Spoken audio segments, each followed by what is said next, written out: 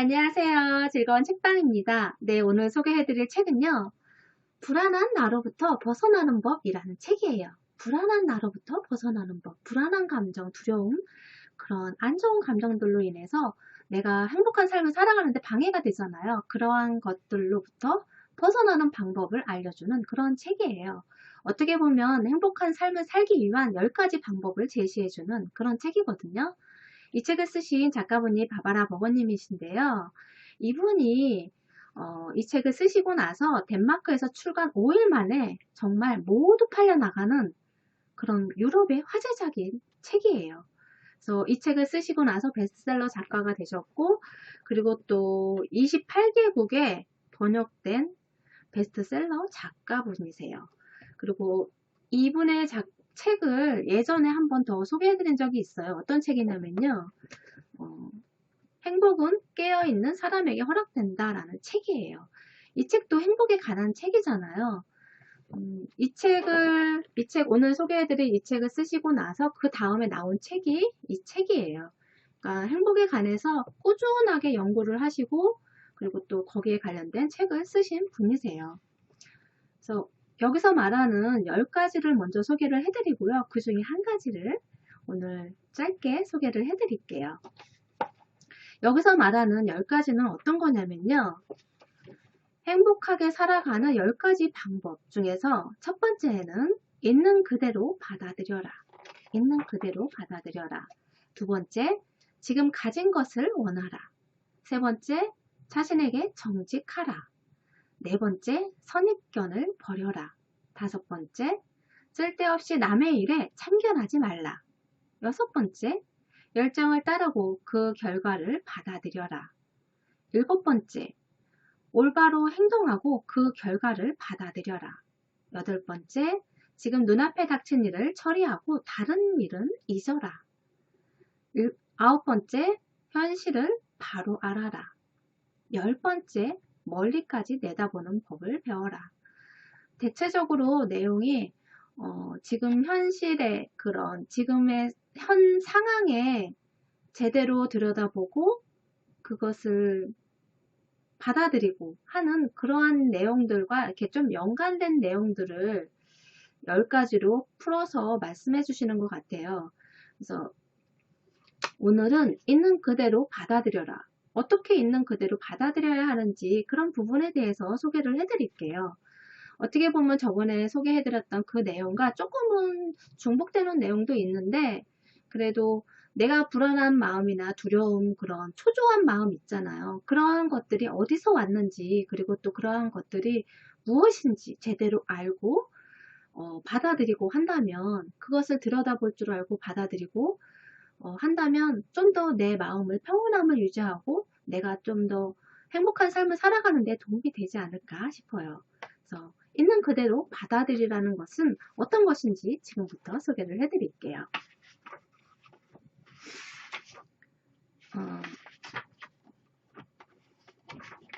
여기서 생각이 적이다 라고 말씀을 하세요. 우리가 생각하는 거 어떤 일이 일어나서 거기에 대해서 불만을 이야기하고 투덜대고 두려움이나 불안감을 느낀다면 그런 것에 대해서 그러한 생각에 대해서 이렇게 말씀을 하세요. 생각은 실체가 없고 직접적으로 경험할 수도 없는 것이다. 그저 우리의 해석일 뿐이다.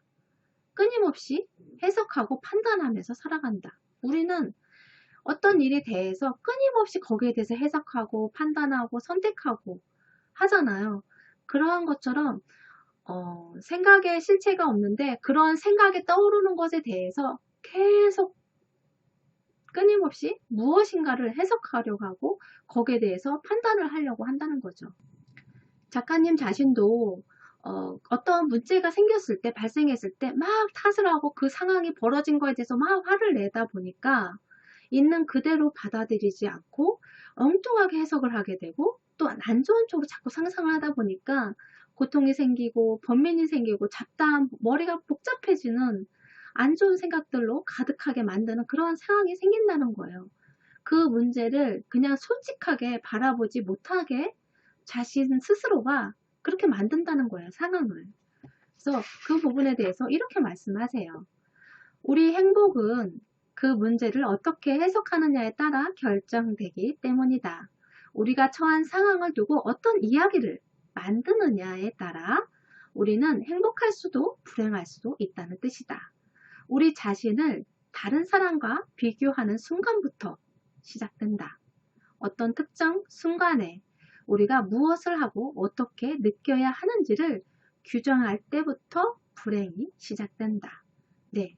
어떤 그 문제에 대해서 솔직하게 그것을 제대로 들여다보고 나 스스로에게도 솔직해야 되는데 그렇지 못하고 그것을 어떤 탓을 하거나 아니면 상황을 탓하거나 외부적 환경을 탓하거나 그걸로 인해서 더 큰 문제가 발생될 것을 상상하면서 내 생각은 미래에 가 있는 거죠. 지금 현재에 있는 것이 아니라 내 생각은 그 안 좋은 상황에서 더 안 좋아지면 어떡하지? 그러한 걸로 미래에 가 있다는 거예요. 현재에 있는 것이 아니라. 그러므로 인해서 나를 더 힘들게 만든다는 거죠. 예를 들어서 어떤 두통이 왔어요. 나에게 두통이 왔어요. 정말 극심한 두통으로 해서 정말 머리가 묵직하고 아무것도 할 수가 없고 어떤 생각을 할 수도 없어요. 그럴 때 우리가 아프면 막 그러죠. 이게 조금 잠깐 아프고 말면 괜찮은데 이게 계속 오랜 시간을 계속 주기적으로 아프고 나아지지가 않아요. 그러면 불안한 마음이 들죠. 언제까지 계속될까? 이게 더 큰 병이 되면 어떡하지? 더 큰 병이 아닐까? 그러면서 계속 상상의 나래를 하게 되잖아요. 그런 것처럼 나쁜 방향으로 자꾸 상상을 하게 된다는 거예요. 그런 것을 머릿속에서 자꾸 꾸며낸다는 거죠. 내가 지금 현실에 있는 그대로를 바라보는 것이 아니라 그걸로 인해서 어떻게 되면 어떡하지? 뭐뭐 하면 어떡하지? 하면서 자꾸 머릿속에서 꾸며낸다는 거예요. 내 자신에게만 충실하려고 애쓰면 그러한 것들이 그러한 공포가 사라진다는 거예요. 그러한 실험을 여기서 말씀해 주시는 부분이 있는데요. 그 부분을 소개를 해 드릴게요. 현실에 반발하지 않고 현실을 있는 그대로 받아들인다면 어떤 기분일까? 그 생각을 하는 거예요. 내가 어디가 머리가 아프거나 아니면 불안하고 초조하고 그런 편치 못해요. 마음이 편치 못하고 몸이 어디가 불편해요. 그럴 때 이런 생각을 하는 거예요. 어떤 일이 일어나도 반발하지 않겠어. 내 자신한테 이렇게 이야기를 해주는 거예요. 어떤 일이라도 있는 그대로 받아들이겠어. 그냥 내버려두고 현실을 그대로 받아들이겠어. 아무런 판단도 내리지 않을 거라고 그렇게 혼잣말로 나 자신에게 이야기해보라고 그렇게 제시를 하거든요. 2분 동안 나 자신한테 그러니까 호흡을 가다듬고 심호흡을 하고 이렇게 나 자신한테 이렇게 얘기해 주는 거예요. 어떤 일이 일어나도 반발하지 않겠어. 내가 거기에 대해서 거부하지 않겠어. 싸우지 않겠어. 그 문제와 싸우지 않겠어. 그러면서 있는 그대로를 받아들이겠어. 아무런 판단도 하지 않겠어. 내가 그 문제에 대해서 아무런 판단도 내 몸의 상태에 대해서도 아무런 판단도 하지 않겠어. 라고 내 자신한테 이야기해 주는 거예요. 그렇게 심호흡을 하면서 차분하게 내 자신한테 이렇게 소리내서 이야기를 해주면 그렇게 해주고 나면 마음이 훨씬 더 편안해지는 걸 느낄 수 있다고 그렇게 말씀을 하시거든요. 여러분도 한번 내가 막 불안해서 초조해서 막 가슴이 떨리고 손이 덜덜덜 떨리고 막 머리가 아프고 그럴 때 이렇게 한번 심호흡을 하고 차분하게 있는 그대로 받아들이겠어 라고 말해보세요. 그러면 온몸이 편안해지면서 마음에 진정되는 그러한 효과가 있다고 말씀을 하세요. 그리고 두통이 있다면 몸에 어디가 아프다면 그것이 조금 진정되는 싹 사라지는 건 아니지만 그래도 진정되고 그리고 또 아픔이 좀 덜하는 가라앉는 그러한 효과가 있다고 그렇게 말씀을 하세요. 그 부분에 대해서 책 내용을 좀 더 읽어 드릴게요. 그 순간의 불편함을 고스란히 받아들이고 통증이 할지도 모르는 미래에 대한 생각은 완전히 차단한다.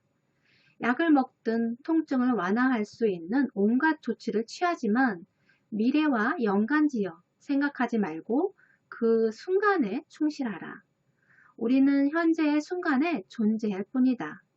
통증이 어떤 의미를 갖고 미래에 어떤 영향을 미치게 될지도 누구도 확실히 모른다.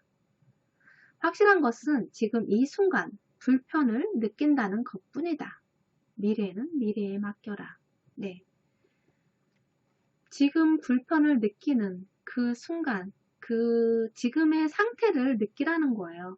그것이 그 순간만 느끼면 좀 덜한데 그 나중에 일어날 일들, 불안한 감정들, 부정적인 생각들, 그러한 것들을 생각하기 때문에 더 크게 확대돼서 더 안 좋고 더 힘들게 느껴지고 더 고통스럽게 느껴진다는 거예요. 나 스스로가 그렇게 느껴지게 만든다는 거죠.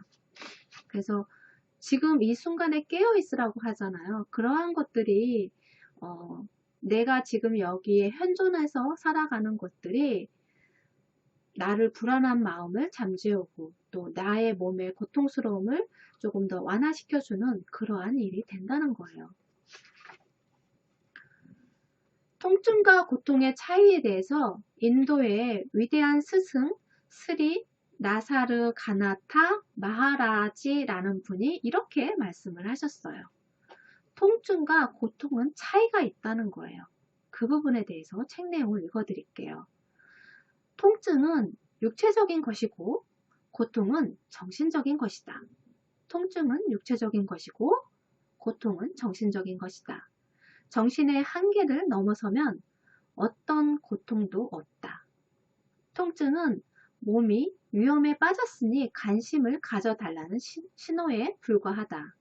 통증은 몸의 생존을 위해서 반드시 필요하지만 통증 때문에 고통받아서는 안 된다. 고통은 집착하고 저항하는 데서 비롯될 뿐이다. 고통은 삶의 흐름을 거스르려는 욕망의 신호다. 네, 이렇게 통증과 고통이 차이가 있다는 거예요. 몸에 어디가 안 좋으면 그것은 내가 삶을 살아가기 위한 생존 욕구라는 거예요. 그래서 내 몸에 관심을 기울여야 하고 어디가 안 좋은지 그것을 이제 치료하고 거기에 신경을 쏟아야지 그걸로 인해서 뭐 내가 삶이 망가지고 어떤 고통스러운 삶이 되고 우울한 삶이 되고 뭐 그러한 상상들 생각들이 나에게 고통을 주게 만드는 그런 역할을 한다는 거죠. 우리가 살아가면서 원치 않는 사고가 생길 수도 있잖아요. 그런 문제가 발생했을 때 어떻게 내가 탓을 안 하고 불평불만을 안 하면서 살아갈 수 있는지 그런 부분에 대해서 이야기하는 부분이 있거든요. 그 부분을 소개를 해드릴게요. 작가님의 남자친구가 그런 행복에 관해서 지금 있는 그대로를 받아들이라고 하잖아요. 그런데 안 좋은 상황에서 정말 극한 상황에서 어떻게 그것을 있는 그대로 받아들이고 그 안에서 행복을 찾을 수 있는지 거기에 대한 이의 제기를 해요. 어떤 질문을 했냐면요. 아프가니스탄의 어린 소녀가 정말 지뢰를 잘못 밟아서 다리 하나를 잃게 되었어요. 그런 사고를 당하면 그런 상황에서 어떻게 원망을 안 하고 어떻게 행복한 삶을 살 수 있냐고 그렇게 그 부분에 대해서 어떻게 행복한 삶을 살 수 있는지 불행한 그런 현실을 어떻게 받아들이는지 그런 질문을 했어요. 그 질문에 대해서 이렇게 말씀을 하세요. 그 사고는 정말 불행한 사고죠. 그런데 그 사고가 그 아이의 그 소녀의 삶을 완전히 망가뜨리는 그런 뜻은 아니라는 거예요.